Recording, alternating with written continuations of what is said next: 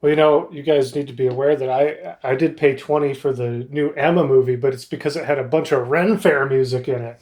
I had to support those artists. There you go. Dear God.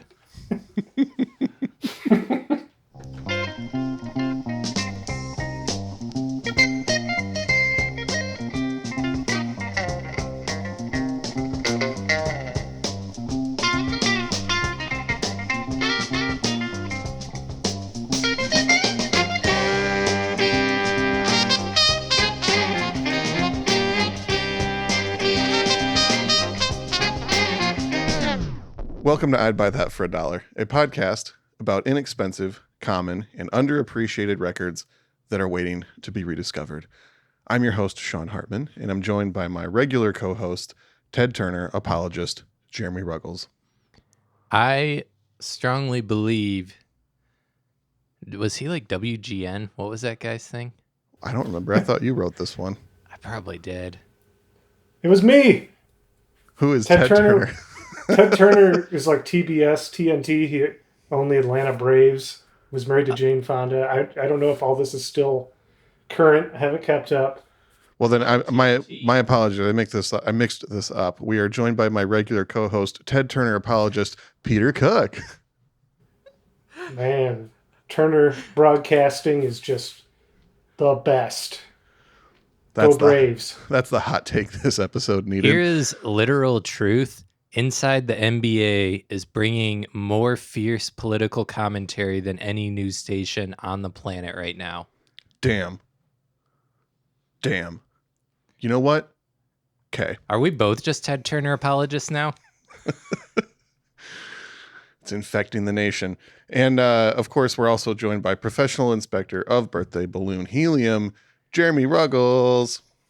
Yes. Bad batch. Don't take the brown balloons. Oh, wow. Oh, my goodness.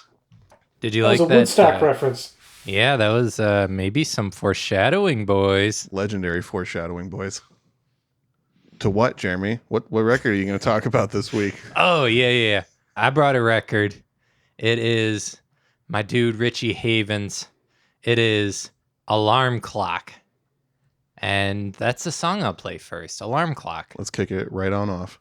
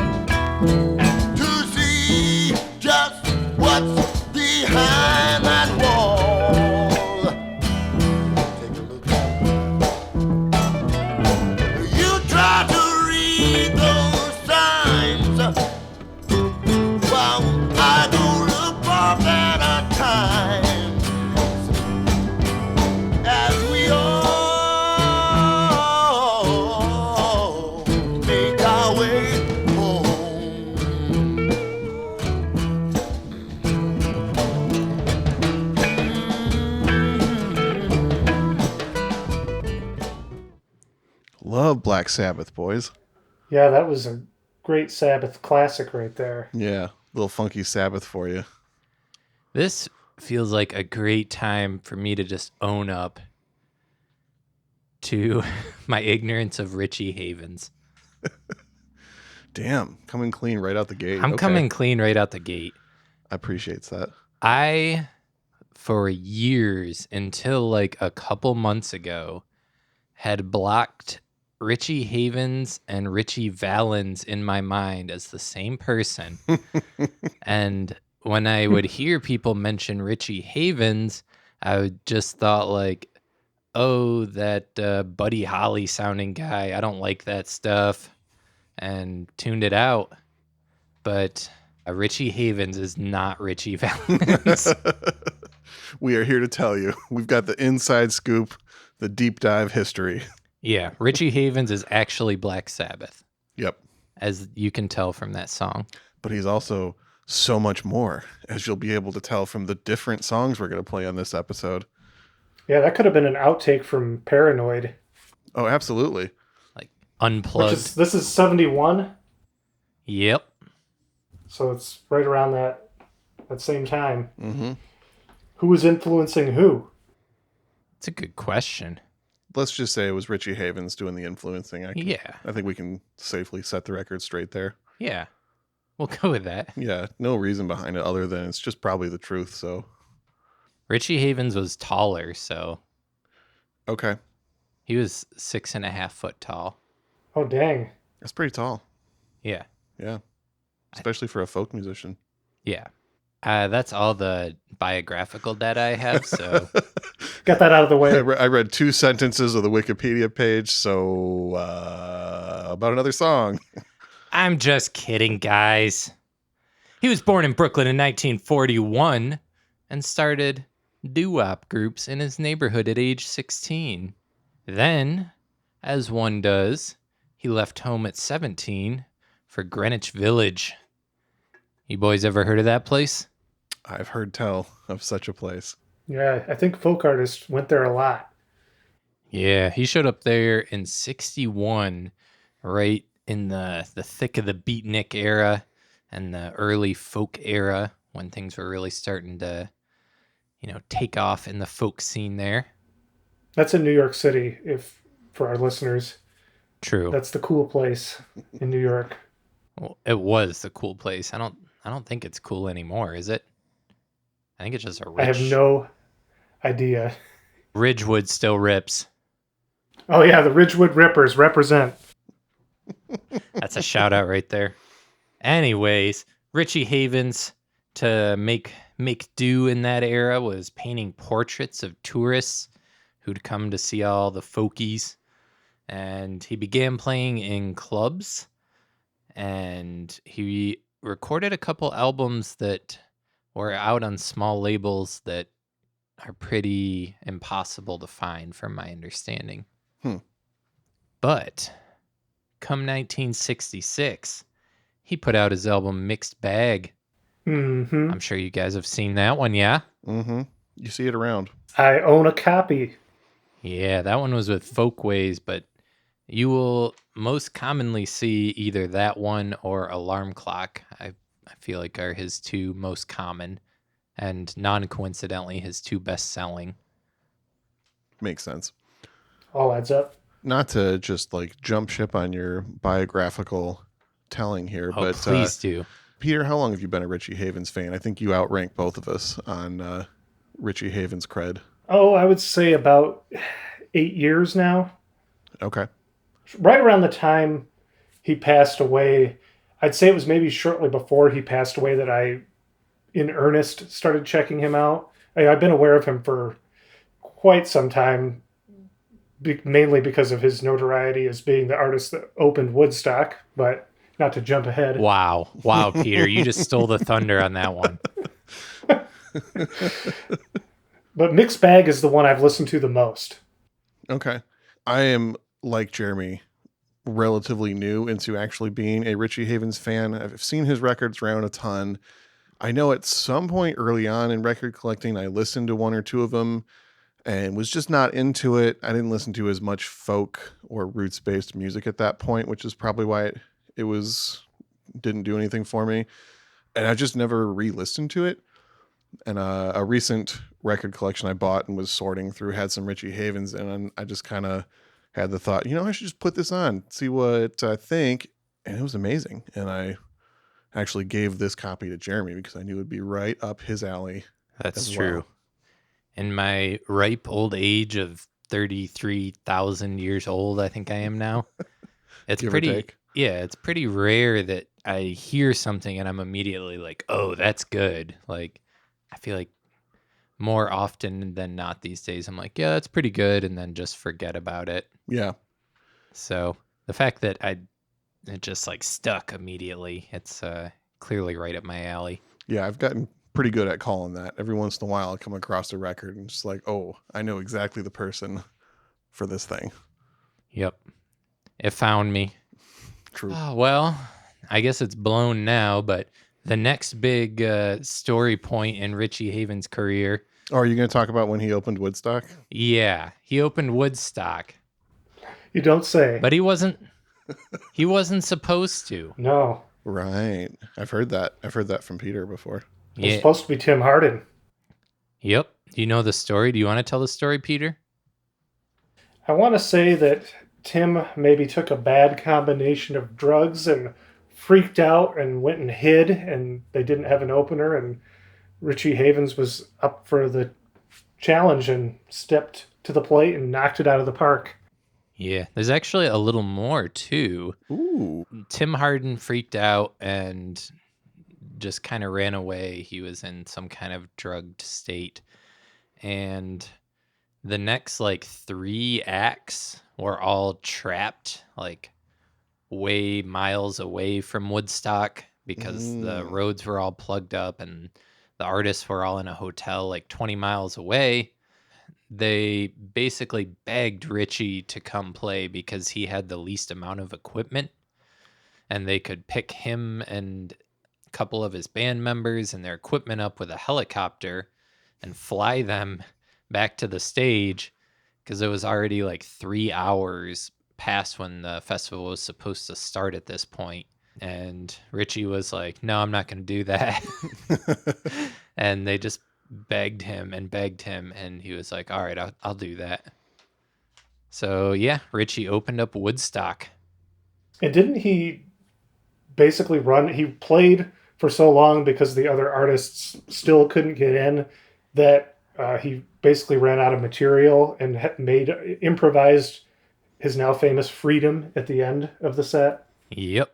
There is varying accounts. I saw everywhere from 6 hours to 1 hour, but most of the accounts seem to peg it at like between 2 and 3 hours that he actually played. Wow. And he claimed he got sent back out on the stage like 7 times. He kept like going off stage, and the crowd would like really liked it, and then also the organizers were like, we don't have anybody else, go back out there. I've run festivals like that before. Oof. On the scale of Woodstock. Yeah, pert near. Give or take. Yeah. Yeah, he then just ran out of material, and I guess while he was standing up there, he remembered a song from his church going days as a youngster called Motherless Child, or Sometimes I Feel Like a Motherless Child. And the band just started playing that, and he just started like yelling the word freedom a lot, and then occasionally kind of falling back into the song Motherless Child, then yelling freedom some more. And it was kind of a big hit, and it was also featured in the Woodstock film as one of the like timeless moments from the festival.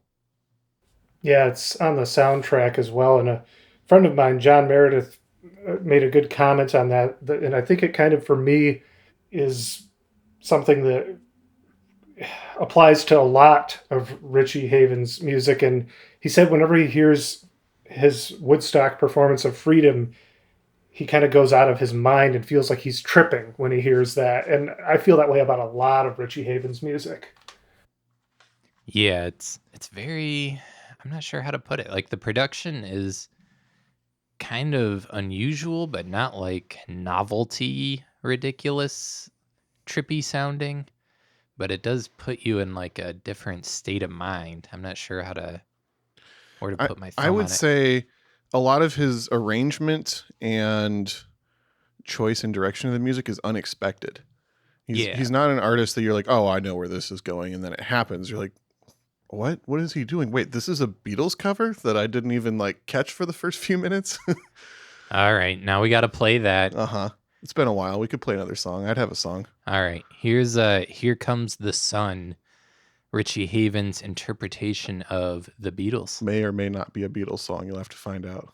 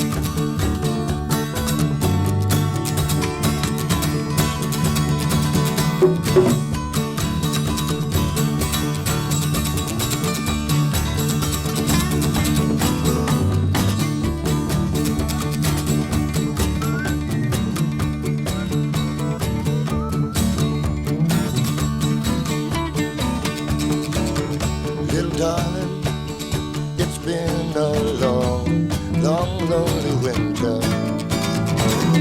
Little darling, it seems like years since it's been here. Here comes the sun, here comes the sun, and I say it's alright. Little darling, the smiles are returning to the faces. Little darling, it seems like years since they've been there. Here comes the sun, here comes the sun, and I say it's alright.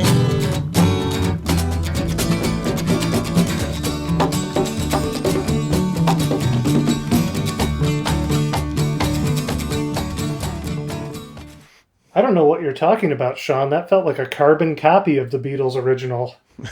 Start to finish. Did you put on a Beatles record, Jeremy? Give or take. First Sabbath, now the Beatles. Mm-hmm. They're covering all their bases with this record. I meant to comment on this a little bit after the first song, but we went a different direction. But I do love all the other playing from his band members on this, and I really love the way this record is recorded. There's just an interesting rawness to the whole thing without ever really getting into lo-fi territory. And it seems like each instrument is kind of recorded a little bit differently than the other one. Each kind of has their own little room sound going on with it.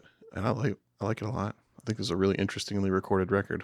That song is actually a live recording, and then the other songs are in studio. Okay. I didn't even know that. That sounded like just cool studio sounds to me. Yeah. The damn good live recording. And he produced this album, correct? Produced by Richie Havens and Mark Roth. Mark Roth. For Stormy Forest Productions. Yeah, that's his label. So that's like Richie Havens. He goes by Stormy Forest. Yeah, he came up with his own label after his initial success, Stormy Forest. I think it might be his publishing company too. Yeah. Well, Mark Roth is not in the band, so this must be an associated producer of some kind. He's David Lee Roth's brother. I hope so.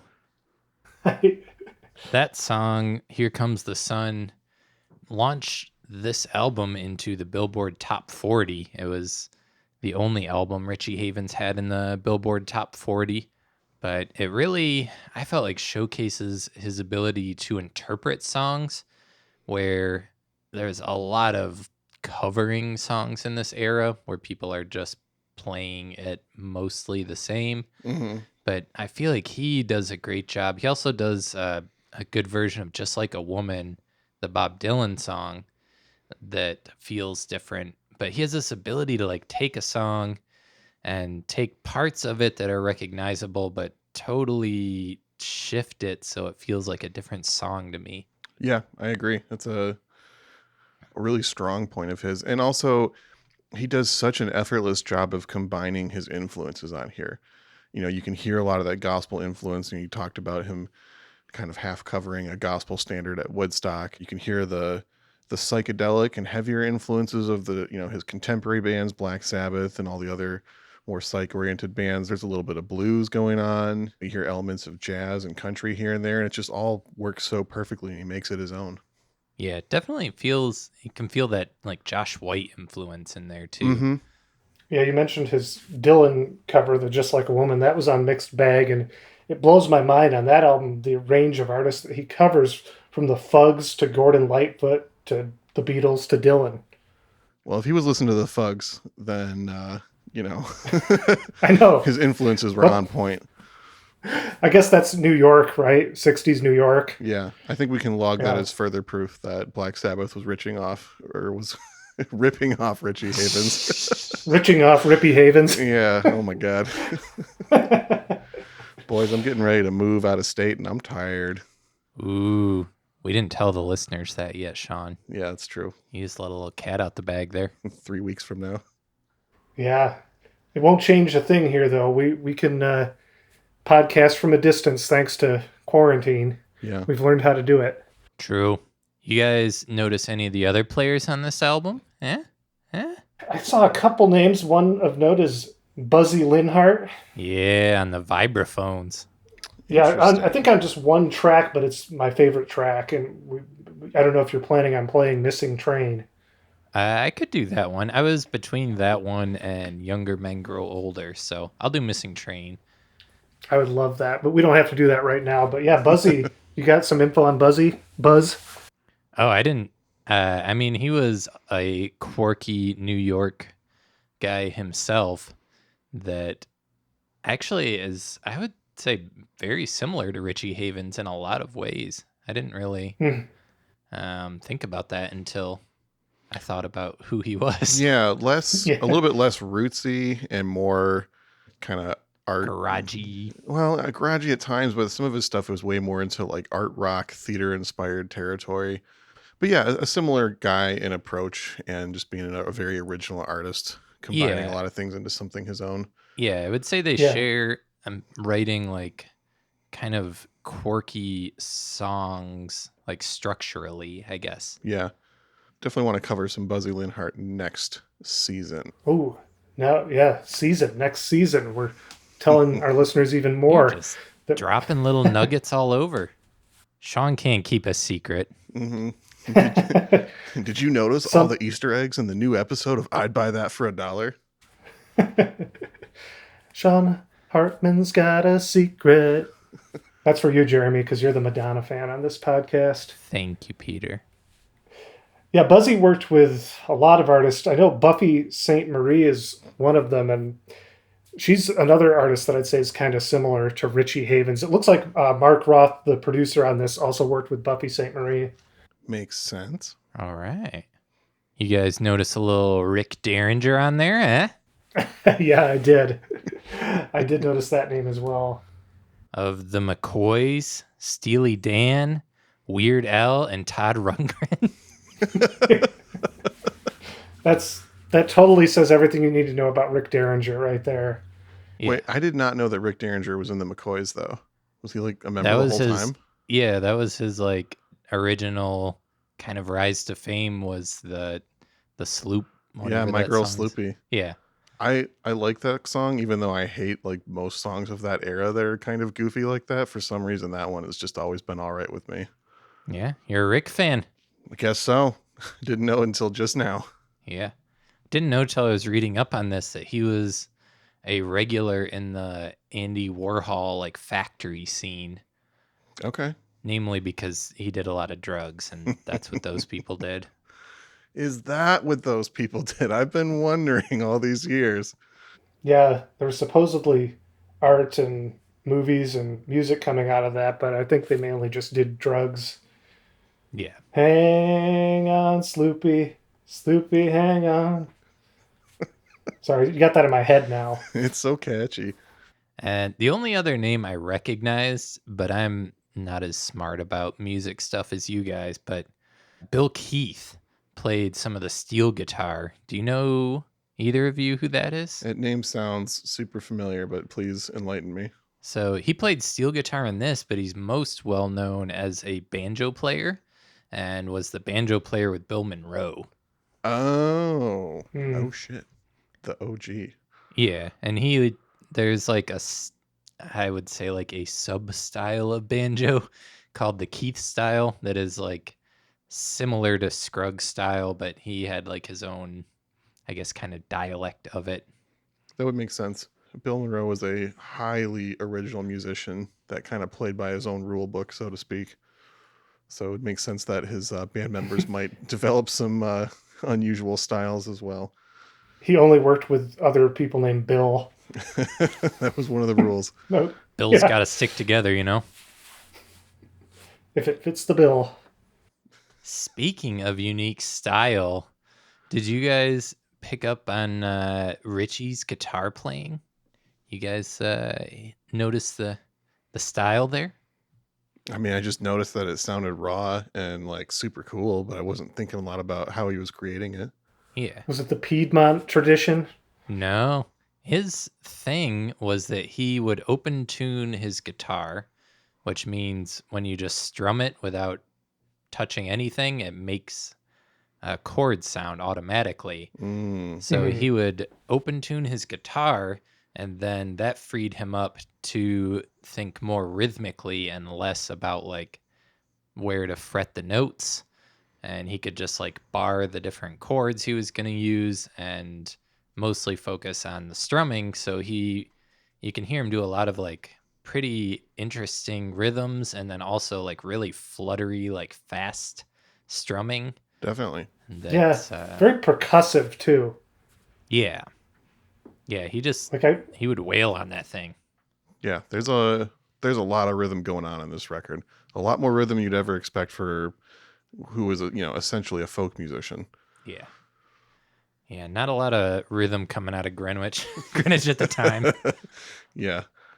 yeah, some of those artists, if they weren't accompanied, they really wouldn't have much rhythm at all. They would seem to be in their own time. Yes, even Dylan.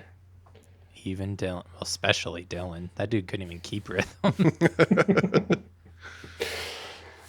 Couldn't sing, couldn't play, but some people like him, I guess. Oh, I damn. like him.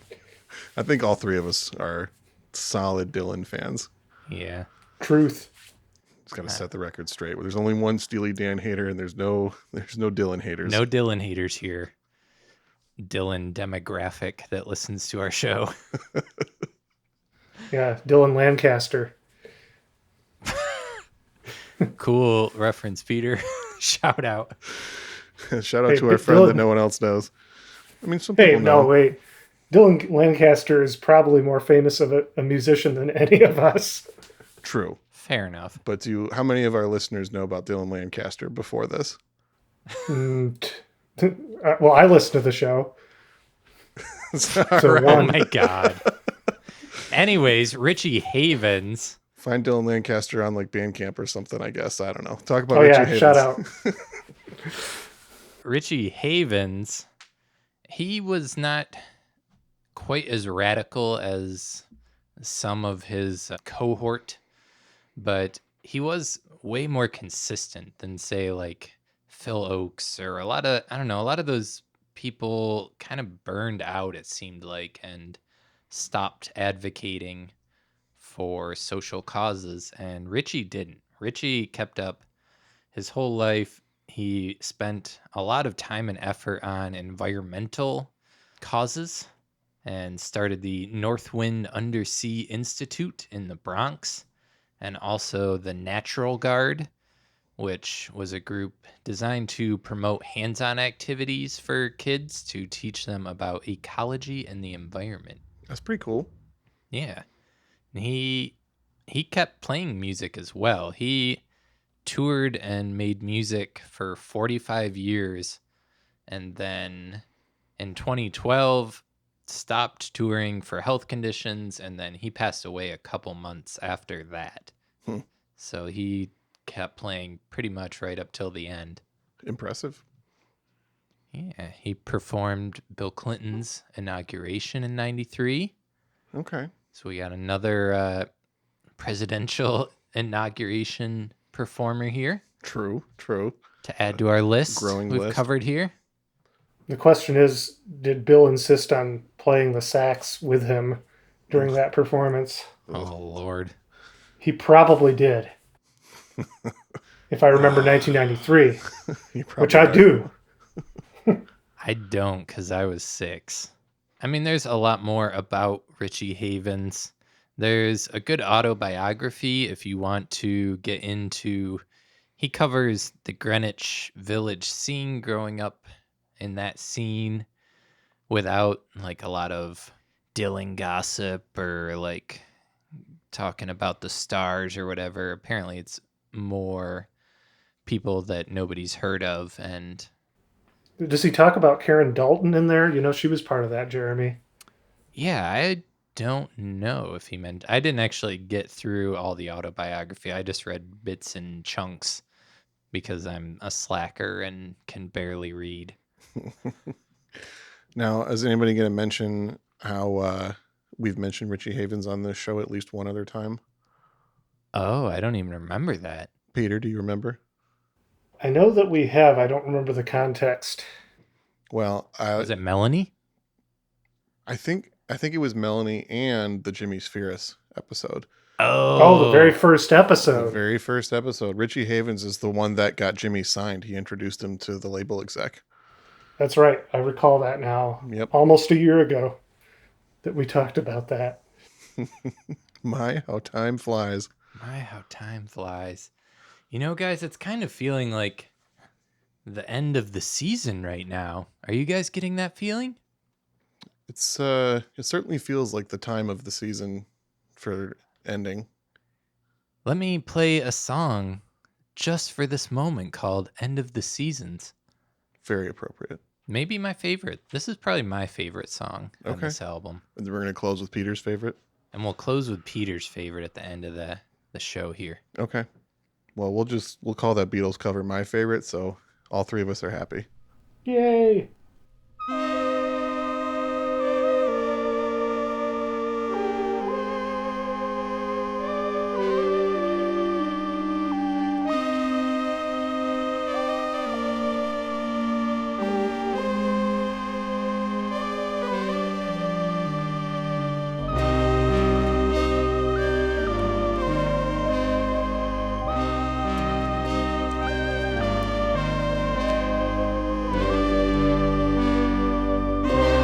Younger times when it was spring, I climbed the hill and stood in the east wind. On the other side the fence was down and the meadow green but empty. But I could see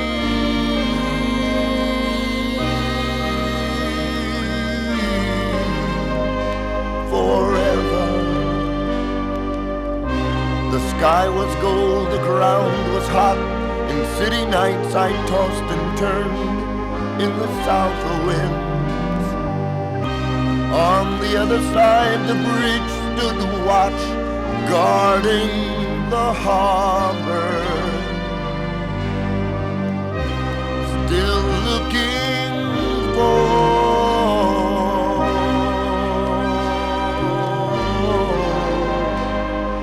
the future.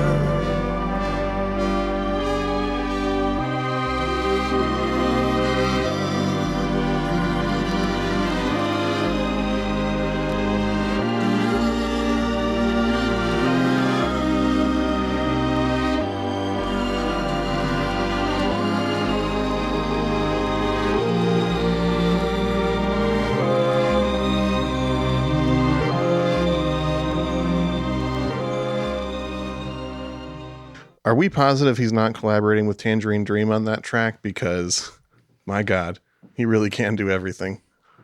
Yeah, that was Tonto's Expanding Headband, right? Mm-hmm. That one definitely throws you for a loop. You don't see that one coming, but it's just further proof that Richie Havens goes all over the place.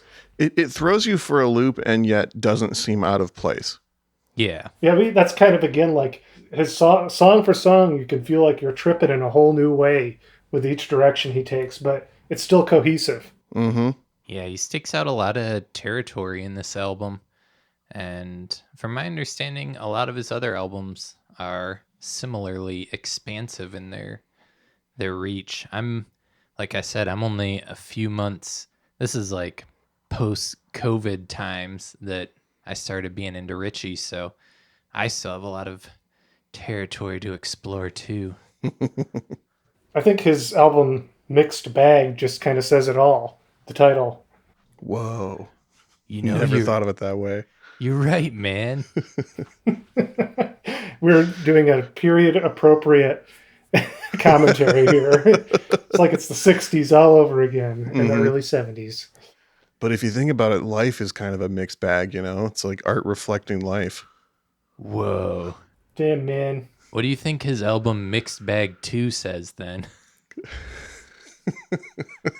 Does that mean we're coming back again? No, it just means that things never get better. It's Mixed Bag 11. Oh, Lord. So I heard that this show might be introducing seasons. It's not just going to keep dropping every week for the end of time. What's that all about, guys? Well, Sean, you're moving across the country. Right. As you've already mentioned. Right. So by the time this airs, I will have been moved. Yeah, you'll probably be either moving or moved. Or you will have just moved, probably, yeah. I mean, how far ahead are we in recording these right now? 2-3 weeks? I think 2 weeks. 2 weeks. 2 weeks? Yeah. So yeah, when this drops, I will have been living in Philadelphia for 3 days. Yeah. So we're going to take a couple weeks off because Sean Dad needs some time to square away his new life far away from us. Unpack my records and my microphone and my computer and all of that. Get one good night's rest at least. Yeah. We'll be returning next week still, though, for one more episode. And episode 52. Yeah, that's going to be number 52, celebrating the fact that we dropped an episode every week for a whole year, which is crazy. There was obstacles too. It wasn't easy to accomplish what we accomplished. I just want people to know that. Oh yeah, we'll let them know in full. That's like semi-sarcastic and semi-earnest, really, though. It's true. Yeah. I mean, what's the number? The majority of podcasts are done by episode 7. Yeah. We crushed that. Yeah. And almost no podcasts drop an episode every single week. Like most of them take like a month off here and there. Yeah. Aside from the ones that get paid to do it. Yeah. Even they take time off. That's true. That's very true. Well, Some of if it's good enough for them. Yeah. So we're going to keep it pretty brief, though. It'll be just a couple weeks. Then we'll be back with what we will dub season 2. Then we're going to come back and run for who knows, maybe another year. Maybe we'll need time off. Oh, at least a year. Well, I mean, we're going to be running the show forever, but yeah, I mean, until our next break. Oh, we don't even have another foreseeable break after this. Right. Probably when either Peter or I move away. That's how we gauge the seasons when one of us moves. Yeah. We'll have another one next week for you. Peter will be bringing us something good. And then, you get a few weeks of reflection. You're probably not caught up. I mean, maybe we do have a lot of devoted listeners who are fully caught up because we put out a lot of stuff. Yeah, and it's all good. I can't think of a single bad episode we've ever released. True. I can't argue that. I'll be talking all about all the bad ones next week when we do our retrospective. Oh no. Letting the hard truth fly. So it's gonna be like a half and half episode next week. We're gonna talk about a new record and then just kind of reflect.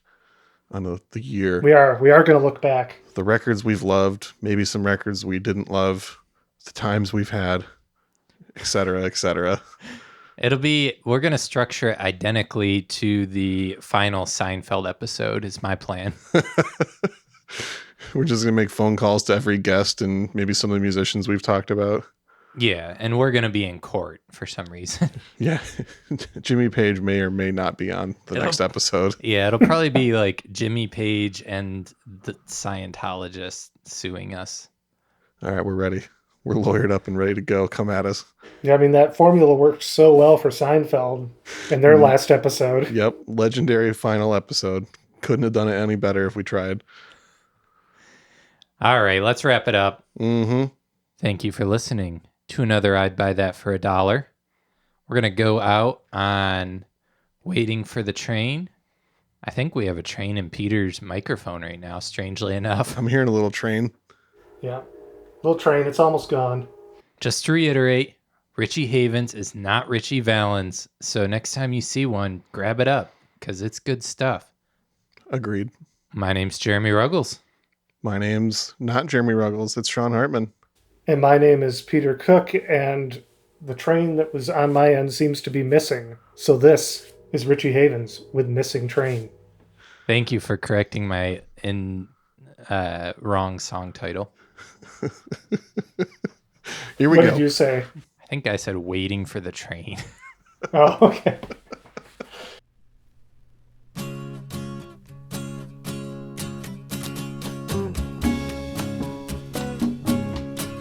I know that someday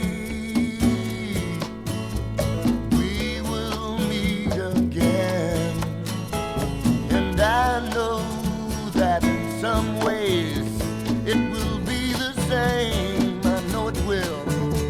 I took the time